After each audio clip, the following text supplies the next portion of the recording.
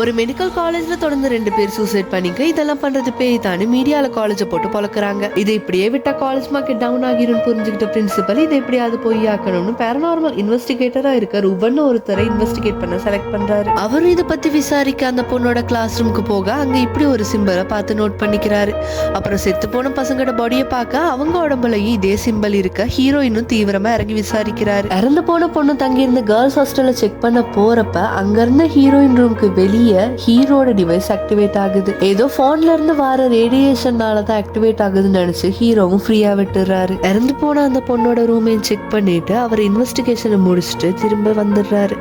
Next day morning அந்த பொண்ணோட phone அவருக்கு கிடைக்குது. அதுல இருக்க போட்டோஸை செக் பண்ணிட்டு இருக்கப்ப அதுல 3 பேர் இருக்க போட்டோல 4 ஃபில்டர் ரெட் ஆயிருக்கு. அந்த போட்டோல இருக்க 2 பேர் ஆல்ரெடி சூசைட் பண்ணி இறந்துட்டாங்க. மிச்சம் இருக்க ஒரு ஆள் யாருன்னு கண்டுபிடிக்க ஹீரோயின் கிட்ட போயிட்டு ஹெல்ப் கேக்குறாரு. அவங்க அந்த டீட்டெயில்ஸை பத்தி கேட்க போன் பேசிட்டே ஒரு சிம்பலை கிறுக்குறாங்க. அவர் பார்த்தா அதே சிம்பலை தான் இவங்களும் கிறுக்கி இருக்காங்க.